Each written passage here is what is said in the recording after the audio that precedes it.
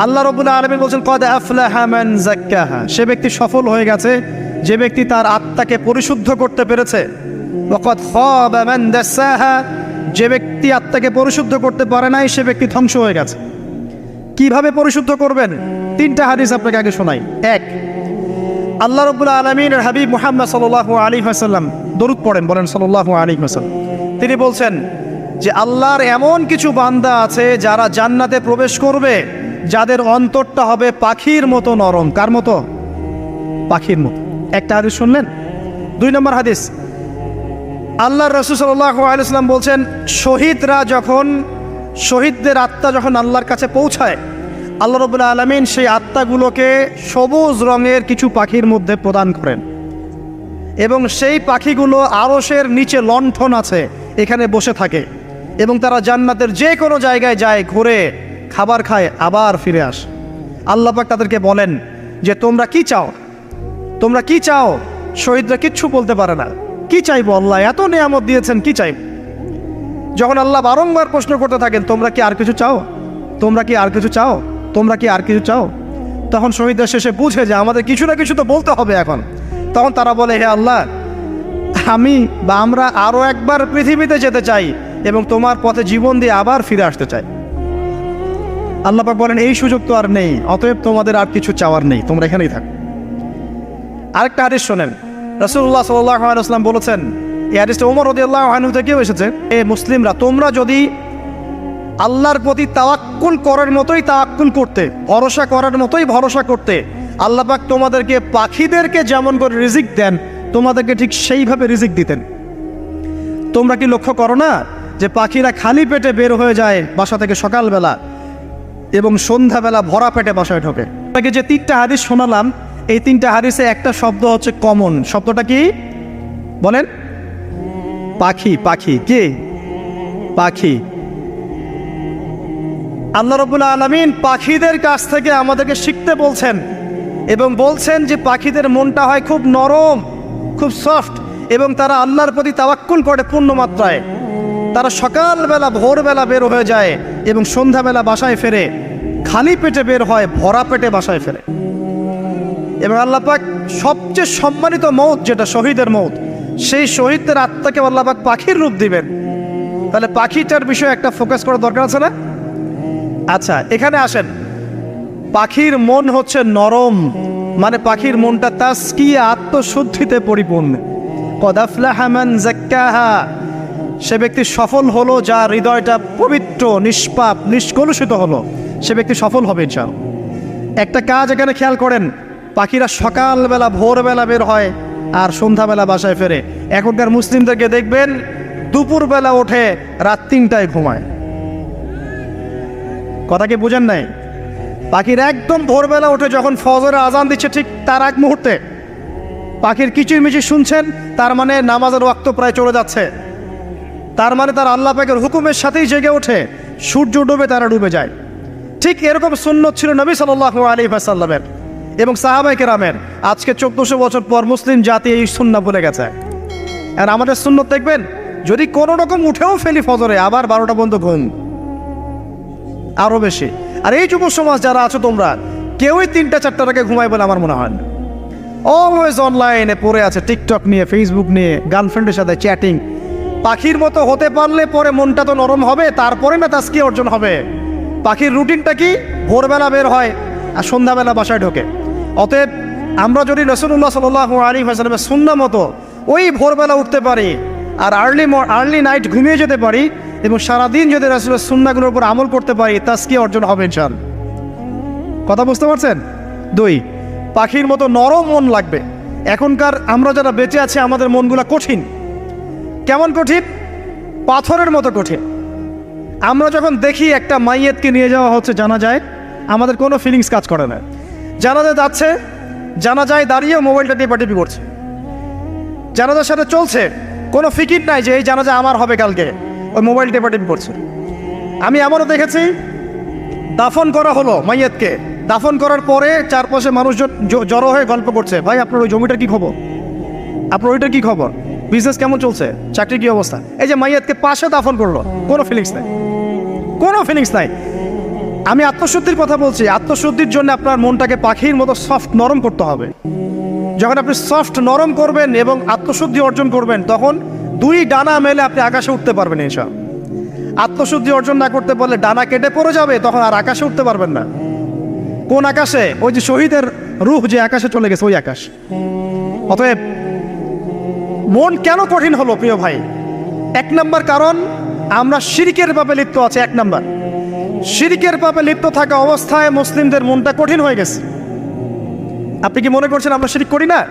মুসলিমরাও কবর পূজা করে, দেখবেন মুসলিমরাও দেখবেন অনেক ক্ষেত্রে মাজার পূজা করছে। আমি বলিনি যে অলি আউলিয়ার মাজার জিয়ারত করা যাবে না, আমি এই কথা বলছি না। কিন্তু আপনি মৃত মানুষের কাছে আপনার ভালো মন্দ চাইতে পারেন না। কথা বুঝতে পারেন না? আমরা অবশ্যই অলি আউলিয়াদের কবর জিয়ারত করব। এটা আপনাকে মৃত্যুর কথা স্মরণ করাবে। তাদের একটা রব আছে, যেটাকে আমরা প্রভাব বলি, এটা আপনার মধ্যে আসবে।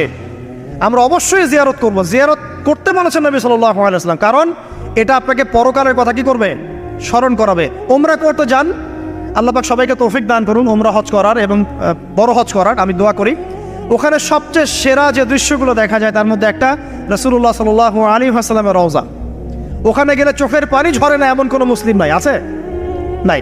আরেকটা সবচেয়ে মন নরম করা একটা দৃশ্য হচ্ছে জান্নাতুল বাকি, যেটা আমরা বাকিউল গারকাত বলি, যেখানে আপনি দেখবেন সাহাবায়ে কেরাম রাদিয়াল্লাহু আনহুমের কবর, যতদূর চোখ যায় তাদের কবর।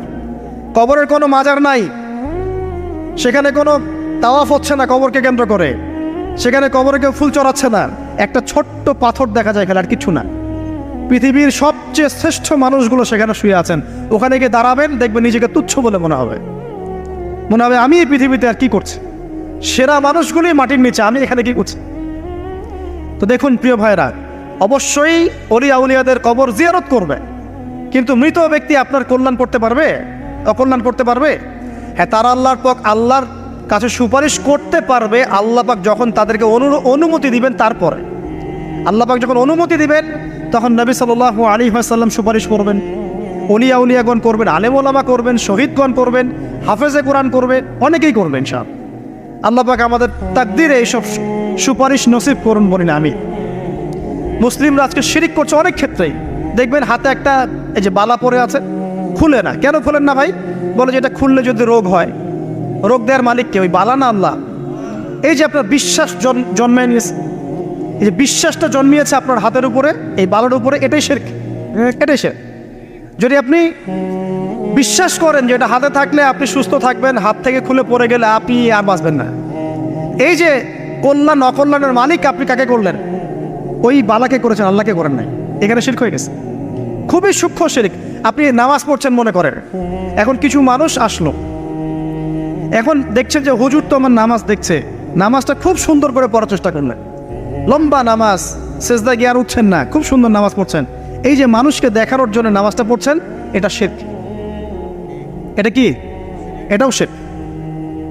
এই যে গণক বসে আছে রাস্তার পাশে, দেখবেন টিয়া পাখি নিয়ে, তারপরে যে কাগজ নিয়ে আসেন, ভাই ভাগ্য পরীক্ষা করে দেই। আরে ভাই, তুমি যদি মানুষের ভাগ্যই পরীক্ষা করতে পারবা, তো তুমি রাস্তার পাশে কেন? তো তোমার ভাগ্য কেউ পরীক্ষা করেনি কখনো? এতটুকু কমন সেন্স আমাদের নাই। ও যদি আমার ভালো মন্দ করতে পারে বা ভবিষ্যৎ বলতে পারে, তাহলে ও রাস্তার পাশে বসে আছে কিছু? ওর তো প্রাইম মিনিস্টার হওয়ার কথা, এখন ওর তো ইলেকশন করার কথা। তো দেখেন, এই যে ওখানে গিয়ে আমরা কি করি? ভাই আমার হাতটা দেখে দেন, ভাই আমার অতীত বলে দেন, ভবিষ্যৎ বলে দেন। এবং এগুলো দিন দিন বাড়ছে, কিন্তু এই রাশিফল, কবিরাজি, গণকি, এগুলো দিন দিন বাড়ছে। এবং আমি লক্ষ্য করছি দিন দিন আরেকটা জিনিসও বাড়ছে, সেটা হলো জাদুবিদ্যার চর্চা করা। এবং গ্রামে গঞ্জে কুফুরি বাড়ছে না? কুফুরি করা, তাবিজ করা, বিচ্ছেদ করা, স্বামী স্ত্রীর বিচ্ছেদ করা, মেয়েকে বশ করা, সন্তানকে বশ করা বাড়ছে না? সবই শিরক, এগুলো সবই কুফুরি। এগুলো মুসলিমরা করছে না। মুসলিমরা এসব শিরকে লিপ্ত আছে বলেই তো অন্তর কঠিন হয়ে গেছে। ফাকাসাত কুলুবুহুম, তাদের অন্তর কঠিন হয়ে গেছে। তো একটা হাদিস বলে এখানে খালি, নবী সাল্লাল্লাহু আলাইহি ওয়াসাল্লাম বলছেন, যদি কেউ কোনো গণকের কাছে যায়, গিয়ে বলে দেখেন তো আমার হাতটা একটু, ও কিন্তু বিশ্বাস করে না যে এ ভবিষ্যৎ বলতে পারে, খালি এমনি বলেছে একটু দেখেন তো, বলার সাথে সাথেই 40 দিনের নামাজ কবুল হবে। আর যদি তার বলা কথায় বিশ্বাস করে যে হ্যাঁ তোমার ভবিষ্যৎ খুব ভালো, তুমি চাকরি পাবা, এইটা করবা সেটা করবা, এবং সে বিশ্বাস করলো হ্যাঁ এটাই হবে। তখন নবী সাল্লাল্লাহু আলাইহি ওয়াসাল্লাম বলছেন সে যেন আল্লাহর পক্ষ থেকে যা নাজিল হয়েছে মানে এই যে কোরআনুল কারীম, এই কোরআনকে যেন সে অস্বীকার করলো, মানে কুফরি করলো।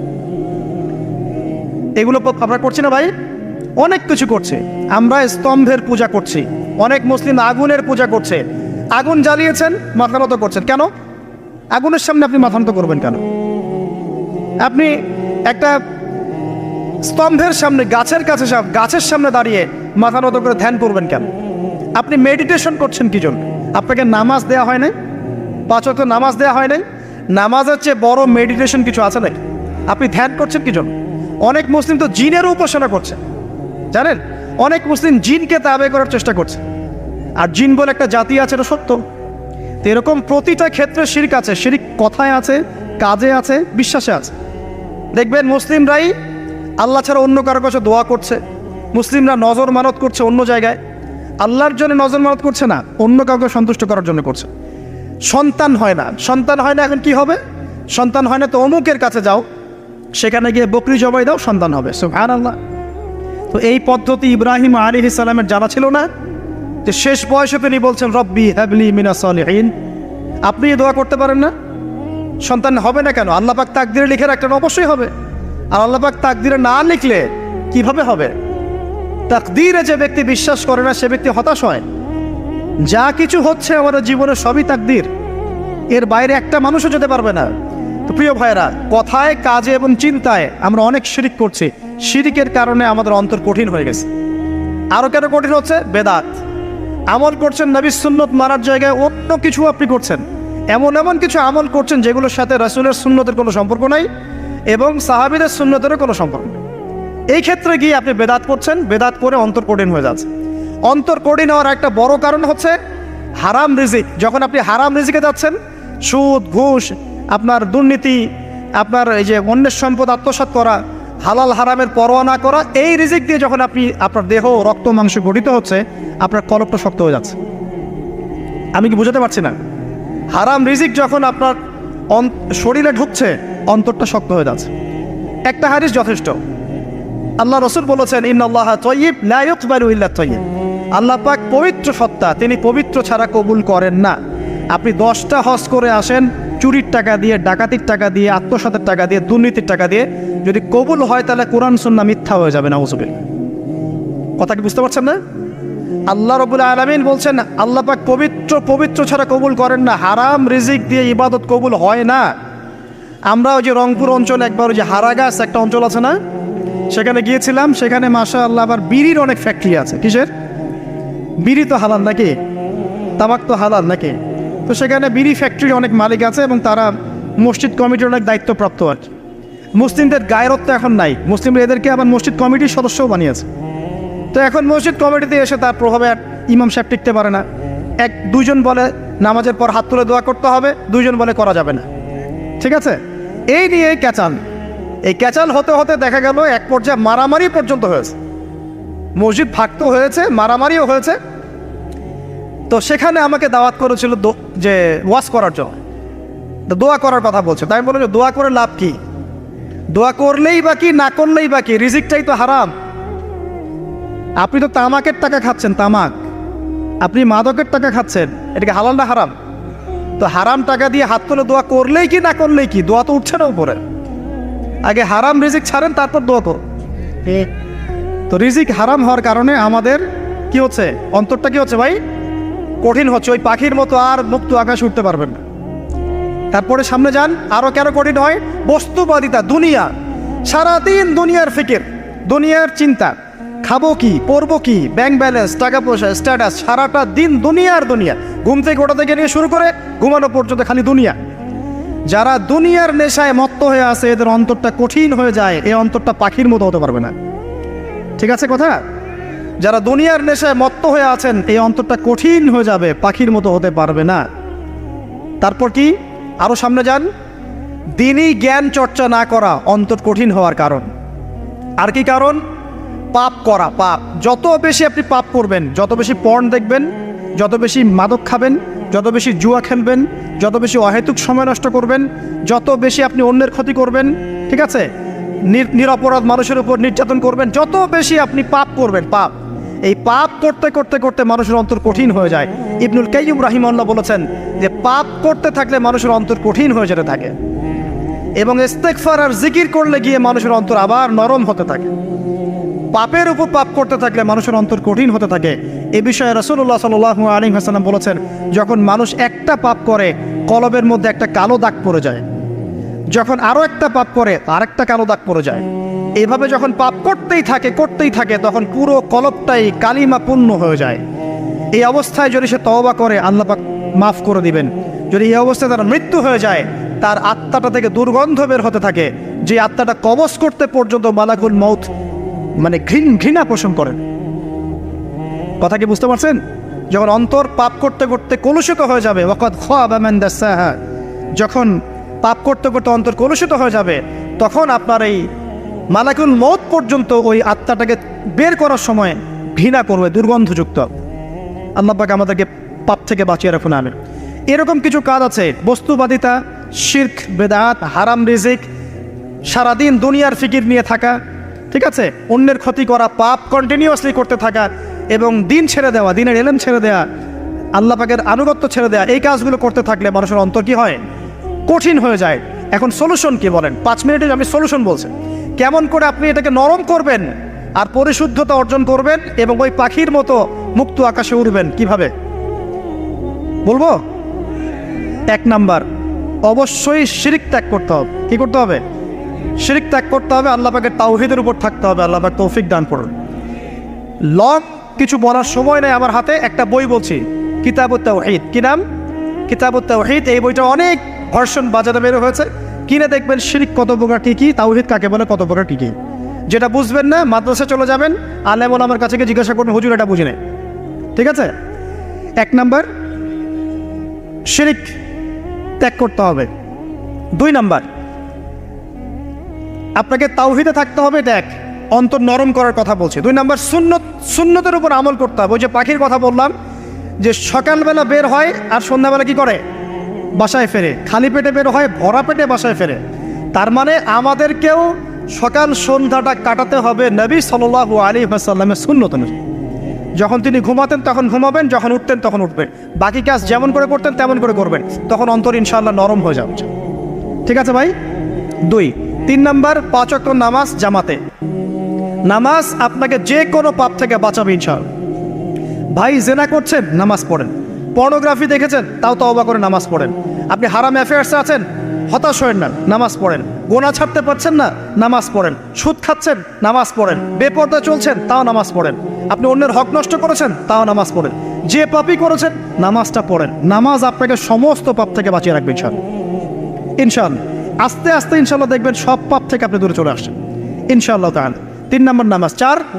4 নাম্বার, বেশি থেকে বেশি, ভাই শোনেন, বেশি থেকে বেশি পরকালের ফিকির করবেন।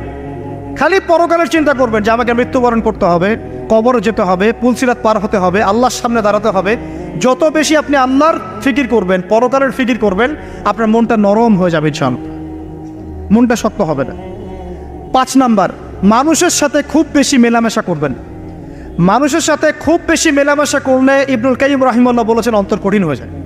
কারণ মানুষ আপনাকে গীবত করাবে, হ্যাঁ, মানুষ খারাপ কাজে নিয়ে যাবে, বেফাস কথাবার্তা বলবেন, ও হয়তো বেফাস কাজ করবেন, ফুজুল কি বাত করবেন, এগুলো করতে গিয়ে আপনি দেখবেন অন্তর কঠিন হয়ে গেছে। এত বেশি মানুষের সাথে মেলামেশার দরকার নাই, প্রয়োজন যতটুকু অতটুকু করবেন। ঠিক আছে? আল্লাহ পাক তৌফিক দান করুন, আমিন। কয়টা বললাম? 5। 6, আমার সবচেয়ে প্রিয় নসিহত, প্রত্যেক দিন মিনিমাম 1 ঘন্টা করে কোরআন তেলাওয়াত করবেন বুঝে। আমি বলিনি না বুঝে করলে কোনো নেকি হবে না, প্রত্যেক হরফে 10 নেকি হবেই হবে, কিন্তু আপনি করবেন বুঝে। যখন বুঝে আপনি প্রত্যেক দিন 1 পারা করে বা 1 ঘন্টা করে কোরআন তেলাওয়াত করবেন, আপনার কলিজা, আপনার কলব নরম হতে বাধ্য, এবং আপনার অন্তরে আল্লাহ নূর নেমে আসবে ইনশাআল্লাহ। দেখবেন আপনার কলব থেকে সমস্ত এই যে পঙ্কিলতা, কলুষতা ইনশাআল্লাহ চলে যাবে ইনশাআল্লাহ তাআলা। 2টো জিনিস অন্তরকে পবিত্র করে ফেলে, এক হচ্ছে কোরআন তেলাওয়াত, আর এক হচ্ছে বেশি থেকে বেশি আল্লাহর জিকির এবং ইস্তেগফার। তো কোরআন তেলাওয়াত বাড়িয়ে দেন, আল্লাহ পাক সবাইকে কোরআন তেলাওয়াত করার তৌফিক দান করুন, আমিন। যারা শেখেন নাই আজকে ওয়াদা করেন যে কোরআন আপনারা বিশুদ্ধ করে পড়া শিখবেন, ওয়াদা করেন। আগামী রমজান আসার আগেই 1 খতম দেওয়া চাই, পারবেন? এবং কোরআনের চর্চা বাড়িয়ে দিবেন, প্রত্যেক দিন কিছু করেন না করেন কোরআন তেলাওয়াত করতে হবে, ঠিক আছে? আল্লাহ পাক তৌফিক এনায়েত করুন, আমিন। আর বুঝে পড়ার চেষ্টা করবেন। একটা সহজ তাফসির বলে দেই, মারিফুল কোরআন বাসায় আছে না? মারিফুল কোরআন তাফসির ইবনে কাসির বাসায় নাই, জালালাইন বাসায় নাই, বাসায় নাই কিনেন, সারাদিন তো অনেক টাকা পয়সা খরচ করছেন, 3টা তাফসির কিনেন, জালালাইন কিনেন, মারিফুল কোরআন কিনেন, ইবনে কাসির কিনেন, বাসায় গিয়ে পড়া শুরু করেন। পারবেন না? যে আয়াতটা বুঝবেন না, ওলামায়ে কেরামের কাছে যাবেন, গিয়ে বলবেন হুজুর এটা বুঝে নাই, বুঝাই দেন। নিজে নিজে ব্যাখ্যা করতে যাবেন, ব্যাখ্যা করলে দেখবেন একজন পণ্ডিত বেরোছে, কিছু পণ্ডিত কোরআন পড়ে বলে কোরআনই মানি হাদিস মানি না, এরকম পণ্ডিত দেখেন নাই? কোরআনই মানি হাদিস আর মানি না, কারণ আল্লাহ নাকি নাউজুবিল্লাহ কোরআনে নাকি আল্লাহ পাক হাদিস মানতে বলে নাই, ও নাকি পায় নাই। এই জন্য দেখলাম সুবহানাল্লাহ নামাজ পড়তেছে, কোরআন থেকে নামাজ পড়তেছে, হাদিসের কোনো হেদায়েত নিবে না। মানে কীরকম, যে হাত আবার ঠিকই বাঁধতেছে, হাত বাঁধতেছে, রুকু করতেছে, সেজদা করতেছে, এগুলো আবার কোথায় পাইলো আল্লাহ ভালো জানেন। হাত এভাবে বাঁধতেছে, এভাবে হাতটা বাঁধা কোরআনে কোথায় আছে আমি পাইলাম না কোথাও, ঠিক আছে? তা হাদিস ছাড়া কি এগুলো আসবে? হাত বাঁধবো, সেজদায় গিয়ে সুবহান রব্বিয়াল আলা বলছে না, বলছে আসলামতু লিরাব্বিল আলামিন, এটা কোরআন থেকে বলছে। অথচ নবী সাল্লাল্লাহু আলাইহি ওয়াসাল্লাম হাদিস থেকে বলছেন সুবহান রব্বিয়াল আলা সুবহুন কুদ্দুসুন রব্বুল মালাইকাতি ওয়ার রূহ সুবহানাকা আল্লাহুম্মা রাব্বানা ওয়া বিহামদিকা আল্লাহুম্মা ইগফির। এগুলো নাই, ও বলছে আসলামতু লিরাব্বিল আলামিন, মানে কোরআন মানি হাদিস মানি না। এত বেশি পণ্ডিত হওয়ার দরকার নাই, এরা হচ্ছে ইচড়া পাকা টাইপের পণ্ডিত। ওমর রাদিয়াল্লাহু আনহুর যুগে বেঁচে থাকলে এদেরকে পিটাই সোজা করে ফেলাইতে হবে। ফাইজলামি শুরু করছে, কোরআন মানি হাদিস মানি না। আল্লাহ পাক কোরআনে বলছেন ওয়ামা আতাকুমুর রাসূলু ফাখুযু, রাসূল যা দিয়েছেন তা গ্রহণ করো, ওয়ামা নাহাকুম আনহু ফান্তাহু, রাসূল যা নিষেধ করছেন দূরে থাকো।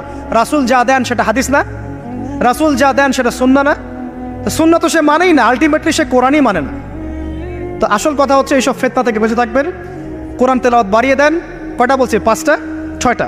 7 নাম্বার, বেশি থেকে বেশি ইস্তেগফার সারাদিন পড়বেন, আস্তাগফিরুল্লাহ ওয়া আতুবু ইলাইহি, আস্তাগফিরুল্লাহ ওয়া আতুবু ইলাইহি, আস্তাগফিরুল্লাহাল্লাযী লা ইলাহা ইল্লা হুয়াল হাইয়ুল কাইয়্যুম ওয়া আতুবু ইলাইহি। প্রত্যেকদিন পড়তে হবে 100 বার করে। কতবার করে? 100 বার। 8 নাম্বার, বেশি বেশি আল্লাহর জিকির, চলতে ফিরতে জিকির, সুবহানাল্লাহ, আলহামদুলিল্লাহ, লা ইলাহা ইল্লাল্লাহ, আল্লাহু আকবার, লা হাওলা ওয়ালা কুওয়াতা ইল্লা বিল্লাহ। বলবেন হাসবুনাল্লাহু ওয়া নি'মাল ওয়াকিল, ঠিক আছে? সুবহানাকা আল্লাহুম্মা রাব্বানা ওয়া বিহামদিকা আল্লাহুম্মা ইগফিরলি, সুবহানাল্লাহি ওয়া বিহামদিহি আদাদা খালকিহি ওয়া রিদা নাফসিহি ওয়া জিনাতা আরশিহি ওয়া মিদাদা কালিমাতিহি। যত জিকির আছে সব করবেন, জিকির বাড়াবেন, যত জিকির বাড়াবেন অন্তর পরিশুদ্ধ হবে ইনশাআল্লাহু আযজা ওয়া জাল। কয়টা বলছে? 8 আর 2টা বলি। 9, অন্যের হক নষ্ট করবেন না। অন্যের হক নষ্ট করলেই মন কঠিন হয়ে যাবে। অন্যের হক নষ্ট করবেন না, বরং মানবতার কল্যাণে কাজ করেন। যে কাজগুলো মানব সেবামূলক সেগুলো করেন, রক্তদান কর্মসূচি করেন, গাছ লাগান, এতিমের মাথায় হাত বোলান, বিধবার খোঁজ খবর নেন, ঠিক আছে? মেয়েদের সেলাই মেশিন কিনে দেন, মানুষের উপকারে কাজ করেন, দেখবেন আপনার মনটা নরম হয়ে যাবে। চাও যার মন নরম এবং যার মনের মধ্যে সততা আছে, আল্লাহ পাক ইনশাআল্লাহ সেখানে অবশ্যই হেদায়েত ঢালবে ইনশাআল্লাহ তাআলা।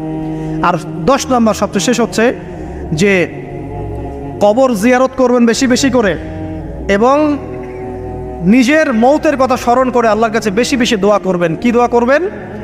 ইয়া মুকাল্লিবাল কুলুব সাব্বিত কলবি আলা দীনিক, ইয়া মুসাররিফাল কুলুব সাররিফ কুলুবানা আলা তাআতিক। এই দোয়াগুলো করবেন ইনশাআল্লাহ। এবং কবর জিয়ারত করবেন সপ্তাহে সপ্তাহে, পারলে 2 দিন 3 দিন পর পর কবরস্থানে যাবেন, ইনশাআল্লাহ দেখবেন আপনার মন নরম হবে ইনশাআল্লাহ আযজা ওয়া জাল। এখনকার এই সভ্যতা এসে কবরস্থানকে সমাজ থেকে দূরে সরিয়ে দিয়েছে, অথচ আগে মুসলিমদের কবরস্থান ছিল মসজিদের পাশে, 5 ওয়াক্ত নামাজ পড়তো, কবর জিয়ারত করে বাসায় যেত, 5 ওয়াক্ত নামাজ পড়তে আসতো, কবরকে দেখতো, পরকালের কথা স্মরণ হতো। এখন কবরস্থান ওই যে দূরে, সারা জীবনে একবার যায় কিনা সন্দেহ আছে। এই 10টা কাজ যদি আপনারা করতে পারেন ইনশাআল্লাহ তাআলা, আমাদের কলবটা ইনশাআল্লাহ নরম হবে, আত্মশুদ্ধি অর্জিত হবে। আর এগুলোর পাশাপাশি অবশ্যই আল্লাহওয়ালা আত্মশুদ্ধিওয়ালা মানুষের সোহবতে গিয়ে থাকবেন। আল্লাহওয়ালা আত্মশুদ্ধিওয়ালা মানুষের সোহবতে গিয়ে থাকলে তাদেরকে দেখেই দেখবেন মনটা নরম হয়ে যাবে ইনশাআল্লাহ। ইলমি পরিবেশে থাকেন, দিনী পরিবেশে থাকেন, আমর বিল মারুফ নাহি আনিল মুনকারের কাজ করেন, 3 দিন 7 দিন 40 দিন যতদিন পারেন আল্লাহর পথে সময় লাগান। আমি এটাকে আপনার আত্মশুদ্ধির জন্য বলছি, এটাই একমাত্র পথ পদ্ধতি আত্মশুদ্ধির, এটা বলছি না। এখানে গেলে আপনি ইনশাআল্লাহ আপনার ইসলাহ এবং সংশোধনের জন্য কাজ করতে পারবেন। আল্লাহ রাব্বুল আলামিন আমাদের সবার কলবগুলোকে পরিচ্ছন্ন করুন। আল্লাহ পাক আমাদের সবাইকে শিরকের পাপ থেকে বাঁচিয়ে রাখুন, হৃদয় কঠিন হওয়া থেকে বাঁচিয়ে রাখুন। আল্লাহ পাক আমাদেরকে বেশি থেকে বেশি কোরআন তেলাওয়াত করার তৌফিক দান করুন, দ্বীনি জ্ঞান চর্চা করার তৌফিক দান করুন। আল্লাহ পাক আমাদের সবাইকে হারাম রিজিক, জেনা, সুদ, ঘুষ থেকে বাঁচিয়ে রাখুন। আল্লাহ পাক আমাদেরকে পরকালীন চেতনায় এই দুনিয়ার জীবন কাটানোর তৌফিক এনায়েত করুন, আমিন। আমরা আজকে এই যে পাখিদের মতো অন্তর নিয়ে কথা বললাম, আমরা যদি এই আমলগুলোর মধ্য দিয়ে অন্তরটাকে পবিত্র করতে পারি, ইনশাআল্লাহ ওই শহীদদের যে নরম পাখির অন্তর, সেটা আমরা লাভ করতে পারবো ইনশাআল্লাহ। এবং